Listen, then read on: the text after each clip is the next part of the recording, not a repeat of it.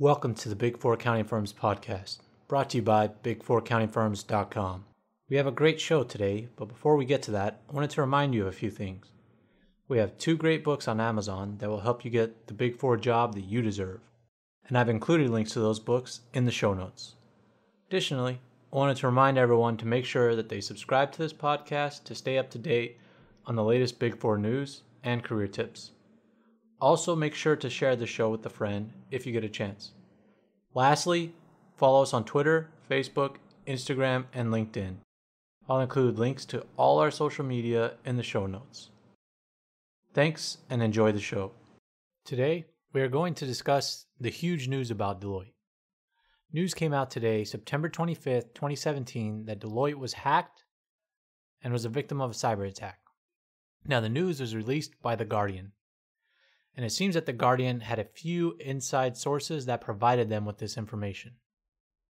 Because, in my mind, ideally, Deloitte would have released this information themselves, but it appears that they have been sitting on the information for quite some time since this attack was first noticed in March of 2017.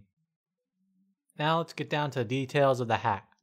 The Guardian said that the hackers were probably in Deloitte's systems since October of 2016, and they stayed there until March of 2017. And that means that the hackers were in Deloitte's systems for just about 6 months. As you may know, Deloitte services something like 80% of the Fortune 500. That's just about every major company in the world.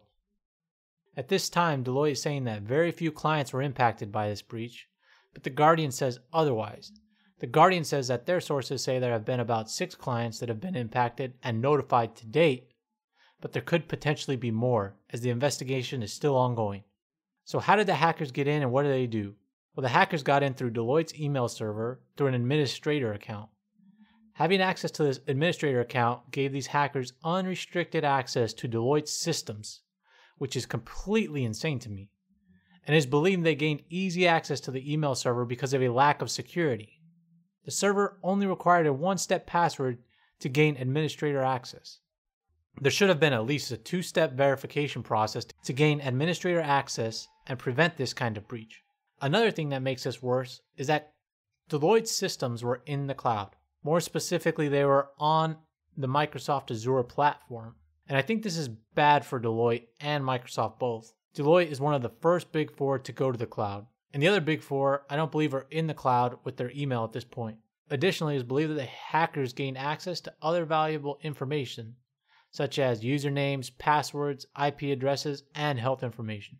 This also includes sensitive business information that was likely embedded in all of these emails. So why was there a huge delay from when Deloitte figured this out until now when the news came out? Well, Deloitte wanted to keep this secret as they investigated what happened. They even established a code name for the project called Wyndham, and this project involved specialists trying to map out all of the areas that were impacted. And I believe this investigation is still ongoing. Another thing that came out of this investigation is that Deloitte hired a law firm, Hogan Lovells, in Washington, D.C., after they found out that they were hacked. I'm sure this was to help them protect themselves once the lawsuits started rolling in, and they also need to assess the financial damage that will be implicated from this for insurance purposes. They not only have to estimate how much they will be sued for, but they also have to estimate how much business they will lose for their insurance claim. You have to remember, it's The Guardian that releases information about Deloitte. It wasn't Deloitte themselves in a press release. And I'm sure it will only take a matter of days for dozens of lawsuits to be filed against Deloitte, especially since they've had knowledge of this breach for a long time. Another thing that The Guardian said about Deloitte was that they notified government regulators as soon as they figured out about the hack. Deloitte in a statement said that only a small fraction of their clients have been impacted, which to me is confusing. If your whole email server was accessed by hackers, how do you know that only a small fraction were impacted? Also, why would you say that if you know the legal implications? What if more clients are impacted? Then you'll just look like an incompetent steward of important information. Not only did you not know that you were being hacked for 6 months straight, but you also didn't know what the complete impact of the hack was. Therefore, you didn't notify all the clients you should have because you didn't understand the full impact, which leaves them liable for more financial damages. And even if you aren't going to be sued for that, the more incompetent you seem, the more work you are going to lose as a result. So why would they just come out and say that it's only a small fraction of clients? It seems a bit short-sighted for me, and they're just looking for the short goal of saying that, hey, it's only small clients, don't look over here, don't worry about it. Everybody's going to be sifting through the ashes to see if they were impacted.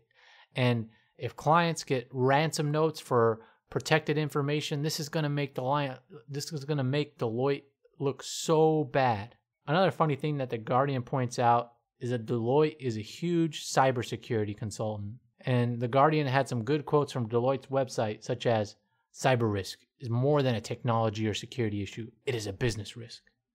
Another good quote from their site stated the following: "While today's fast-paced innovation enables strategic advantage, it also exposes businesses to potential cyber attack. Embedding best practice cyber behaviors helps our clients to minimize the impact on business." Those are some great quotes that would make you think that Deloitte was a competent cybersecurity consultant, but it appears like the contrary is true, since they didn't even implement two-step authentication on their email servers. Additionally, Deloitte states that they have a cyber intelligence center that monitors threats around the clock. Well, apparently, when it was monitoring threats, it forgot to look at its own firm, which one might say is the ultimate threat to a cyber intelligence center. How can a cyber intelligence center be successful if the firm it is funded by goes under due to a lack of security? In conclusion, Deloitte had another record year of revenue with $38.8 billion. But that record growth seems in jeopardy with this breach. Many clients will lose confidence in Deloitte's ability to protect their sensitive data. And to find out who Deloitte's largest clients are, since they are the ones that will most likely be affected by the cyber attack, make sure to visit our Deloitte clients page, and I'll include a link to that in our show notes. And Deloitte's clients might take their business elsewhere to have a better assurance of security. One of the most important parts of being an auditor is being able to keep private data private to make sure that no one can get an edge and make financial gain from non-public information. And Deloitte did not do that. They did not keep this information private. It was breached and exposed through their email servers. Deloitte will also no doubt lose some of their cybersecurity consulting clients, as they now look like they have no idea what to do from a cybersecurity perspective. It will be hard for them to go into client proposals and speak to why a company should hire them in light of this huge data breach. And it was only a week or so ago where we had a podcast about what would it look like if the big four accounting firms went under. And I'll include a link to that podcast in the show notes. But that date seems closer and closer as the big four incur more and more scandals. As you know, KPMG is embroiled in a huge scandal in South Africa right now about whether they'll even exist as an accounting firm in South Africa. And now Deloitte has this huge cybersecurity breach. So it seems like the big four are incurring more and more huge scandals. So it seems like we do have to start asking ourselves whether the big four will be in existence forever or whether there's an alternative. So make sure to check out that podcast episode to see our thoughts there. And to stay up to date on the latest news about the impacts of this breach, make sure to subscribe to this podcast and visit our website, big4accountingfirms.com. We are a growing podcast and a growing business, and would appreciate your help in growing. So if you could share this podcast with a friend and give us a good review on iTunes, we'd really appreciate that, as it would help us grow and provide you with the best Big Four content and career tips. Thanks again.